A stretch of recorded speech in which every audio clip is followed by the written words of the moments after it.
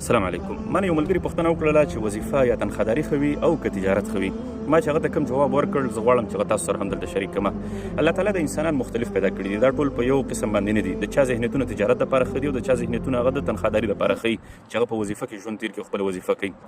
تجارت لپاره چې کوم ذهن جوړ شوی که هغه په وظیفه کې نو هغه انسان په سکون او راحت کې نه او که چېرته یو انسان د وظیفې لپاره جوړ شوی او هغه تجارت کوي نو ټول عمر د تاوانونو سره د مشکلاتو سره او د لانجو سره مخ کېږي نو د هغه لپاره دغه د تجارت بیا ښه نه وي.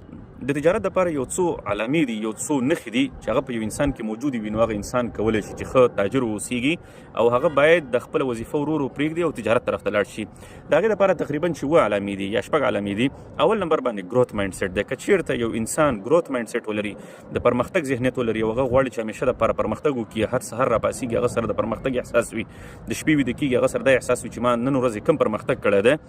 نو دغه انسان دا د تجارت لپاره جوړ وي چې انسان د خپل پرمختګ لپاره په تجارت کې، په دنیا کې، په اخروي امورو کې، په هر امر کې چې هغه یو ګروث مایند سیټ ولري، د پرمختګ مایند سیټ ولري، نو هغه باید تجارت شروع کړي. او که چېرته یو انسان دغه مایند سیټ ونه لري او هغه په دې کې خوشحاله چې سهار راپاڅېږي 9 بجو نه تر 15 بجو پورې 6 بجو پورې هغه په دفتر کې او بیا د هغې نه بعد کور ته لاړ شي نو د ده لپاره بیا همدغه خپله تنخواه ښه ده. دویم نمبر باندې په تجارت کې رسک اخیستل دي. که چېرته یو انسان دا توان ولري، دا زړورتیا ولري چې هغه په تجارت کې رسک واخلي، هغه ځان د خطر سره مخ کړي، ځان په زړورتیا باندې یو داسې قدم جګ کړي چې هغه قدم کې دی پوهېږي چې په دې کې تاوان هم شته دی، په دې کې ګټه هم شته دی، نو دغه زړورتیا چې دی وکړي، دغه رسک اخیستل دی وکړي، دغه سړی د تجارت لپاره جوړي. او که چېرته یو انسان ځان په کمفرټ زون کې محسوسوي او دی همیشه لپاره غواړي چې بس ما زه د تاوانیم نشم او ټول عمر دې زه په همدغه لیول کې یم او ما ته د کوم نقصان هم راونه رسېږي او ما سره چې دا کمې پیسې پرتې دي یا سره پراته دي او بس همدا دې خورم او همدا دې زما جایداد وي، نو دغه انسان به د تنخواه لپاره جوړ وي. نو دویم نمبر باندې رسک اخیستل دا د تاجر سړي خاصیت دی، د تاجر ذهنیت خاصیت دی. دریم نمبر باندې فلیکسیبیلیټي ده چې تر څو پورې په تاسې کې فلیکسیبیلیټي وي، تاسې لچکدار یې، چا سره خبره کولی شئ، ډیل کولی شئ او چا سره مخ په وړاندې تللی شئ، د ډیل کولو حوصله ولرئ، تاسې زغم ولرئ د ډیل کولو، د سودا کولو، د مشتریانو سره تاسې انټریکشن کوئ، د هغوی سره تاسې بیا مخ کېدلو ته تیار یاستئ او ذهن هم دې ته جوړ وي چې مخکې لاړ شئ هغوی سره، نو تاسې فلیکسیبل انسانان یاست. او که چېرته تاسې خشک او جامد انسانان یې او نه غواړئ چې چا سره ډېرې خبرې وکړئ یا چا سره مثال د خبرې ډېرې سوداګانې وکړئ، چا سره مازغه خراب کړئ، تاسې دا نه غواړئ، نو بیا په هماغه خپله تنخواه کې او خپله هغه وظیفه کې تاسې ښه یاست. څلورم نمبر باندې مهمه خبره په تجارت کې چې دی هغه حوصله ده، هغه زغم دی. ځکه په تجارت کې به کله تاوان راځي، کله به مشکل راځي، کله به یو لوړې ژورې به راځي، کله به چې دی یو ځای کې کار ستاسې خرابېږي، کله به یو ځای کې مال ډوبېږي، کله به یو ځای کې په قرض کې تاسو نه خلئ، کله به چې دی په بل چا باندې ستاسې قرض اوړي. نو که چېرته په تاسې کې حوصله وي، په تاسې کې استقامت وي، په تاسې کې حوصله وي، نو تاسې کولی شئ چې بزنس وکړئ، تجارت وکړئ. که چېرته په تاسې کې حوصله نه وي او قرضداري سره ستاسې رنګ خرابېږي یا د مشکلاتو سره چې دی ستاسې حوصله امید خرابېږي، اخلاق هم خرابېږي،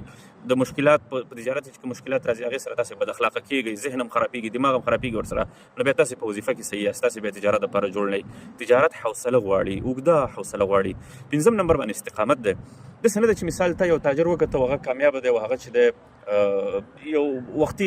ډول باندې چې دی هغه تاسې په ښه موټر یا په ښه کور کې ولید او تاسې چې دی تجارت ته شوق راپورته شو، تجارت شروع کړي، سبا بېرته هغه ستاسې تجارت د تجارتي ذهنیت او د تجارت خواهش ختم شوی وي. نه، تجارت استقامت غواړي. که په دې کې تاوان راځي، مشکلات راځي، سخت راځي، راحتونه راځي، ته باید په هماغه یو ذهنیت باندې هماغه منټلیټي باندې مخ په وړاندې لاړ شي. په هماغه یو ذهنیت کې، په تجارتي ذهنیت کې باید ته مسلسل پرمختګ وکړي، مسلسل ته مخ په وړاندې لاړ شي، نو ته بیا کولی شي چې ښه تاجر شي. که چېرته په تاسې کې استقامت نه وي موجوده، ستاسې ذهن بیا بدلېږي، نن وایي چې تجارت ښه دی، سبا بیا وایي چې نه ولا وظیفه ښه ده، بل ورځ بیا وایي چې ولا وظیفه بده ده، تجارت ښه دی، او کله مثال له خبرې ذهن هم ګډوډ وي، تاسې بیا تجارت نه شئ کولی. که چېرته تجارت ته راوړئ تاوانونو سره مخ کېږئ، نو دې دپاره استقامت ډېر زیات ضرور دی. شپږم نمبر باندې ویژن ډېر زیات ضرور دی چې تاسې یو رڼا ولرئ، یو سوچ ولرئ، یو فکر ولرئ، چې تاسې په ذهن کې یو رڼا، یو خلا موجوده وي چې تاسې په هغه رڼا باندې، په هغه فکر باندې، هغه سوچ باندې مخ په وړاندې ځئ، نو تاسې ښه تاجر جوړېدلی شئ. تاسو دپاره تجارت بیا بهتره دی. او که چېرته تاسې سوچ او ویژن او فکر نه لرئ، رڼا نه لرئ په خپل ذهن کې، او ستاسې یو کوم هدف نه وي معلوم او نه هدف جوړولی شئ او نه ستاسې دونه حوصله وي او نه مو دونه وسه وي، نه مو دونه توان وي په ذهن کې، نو بیا چې دی تاسې په خپله وظیفه کې صحیح یاستئ او په خپله وظیفه کې چې دی بیا ژوند تېر کړئ ښه ده.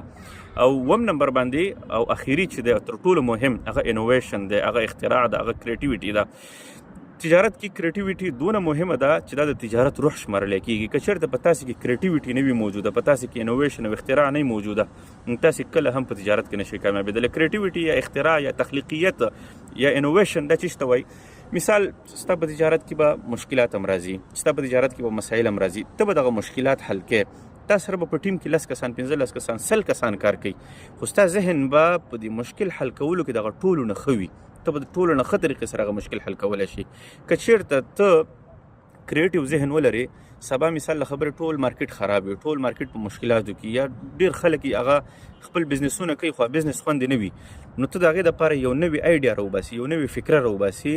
چې په دې نوې فکره باندې ته نوي مشتریان پیدا کولی شي، په نوې فکره باندې ته نوې سوچ کولی شي، خپل پروډکټ په یو نوي طریقه باندې جوړولی شي، خپل پروډکټ په یو نوي طریقه باندې خرڅولی شي. او همیشه دپاره جستجو کې کوشش کوي تا سره دا سوچ وي، دا فکر وي چې زه نوي څه وکړم، باید کم اختراعات داسې وکړم، کم تخلیقیت زه به د خپل تجارت کې وکړم چې زه مخ په وړاندې لاړ شم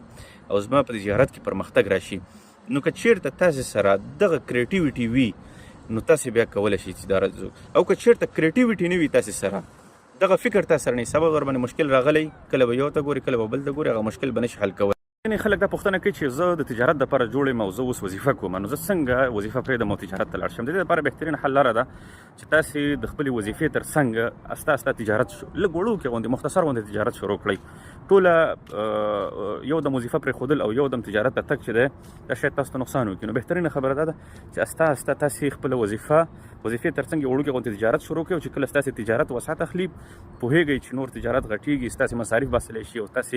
یو څه نه څه ورسره چلیدلی شي، نو بیا د هغې نه بعد چې تاسې بیا خپله وظیفه پرېږدئ او تجارت ته مستقل خپل وخت ورکړئ.